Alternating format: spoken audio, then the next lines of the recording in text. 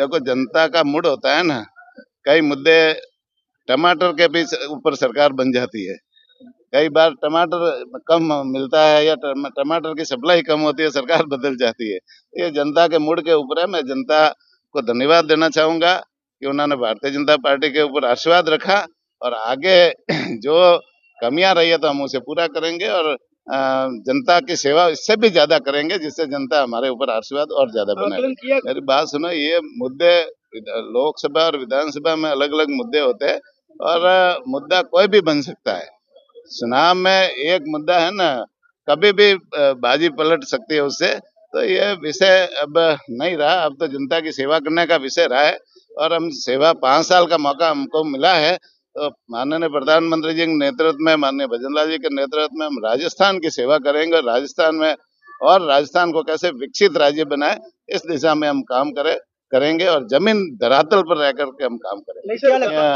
प्रधानमंत्री जी ने 2018 में किसानों के सम्मान बढ़ाने के लिए, किसानों को समृद्ध करने के लिए, किसानों को मजबूत करने के लिए किसान सम्मान निधि की शुरुआत की थी और 6,000 रुपये एक साल के उनके खाते में सीधे डालने का काम माननीय प्रधानमंत्री जी ने किया था।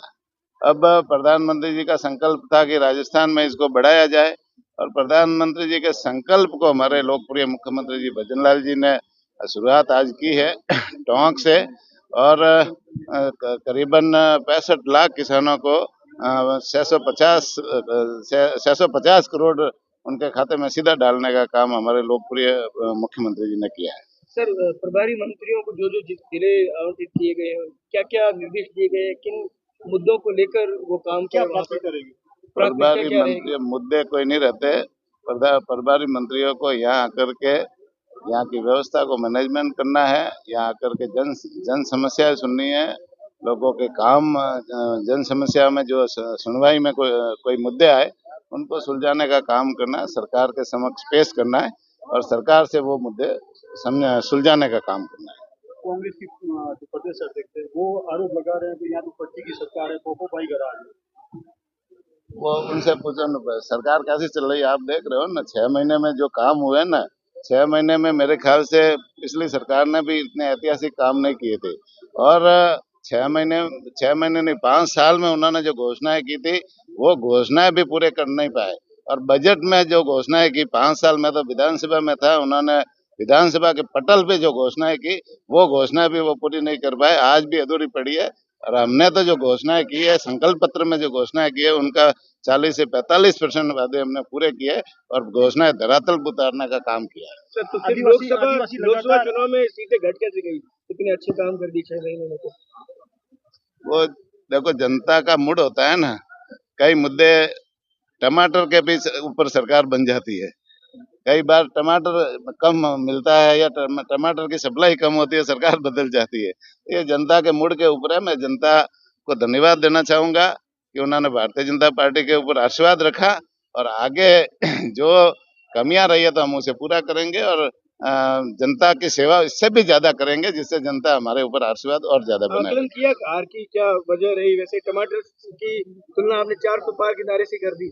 मेरी बात सुनो, ये मुद्दे लोकसभा और विधानसभा में अलग अलग मुद्दे होते हैं और मुद्दा कोई भी बन सकता है।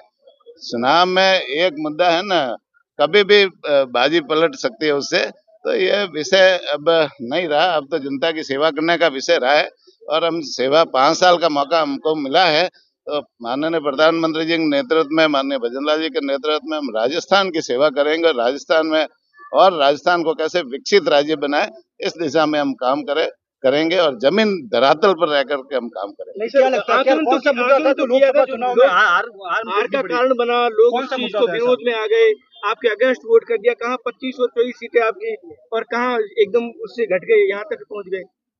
मुद्दा तो आप लोग फील्ड में हो ना भाई, आपने भी देखा होगा।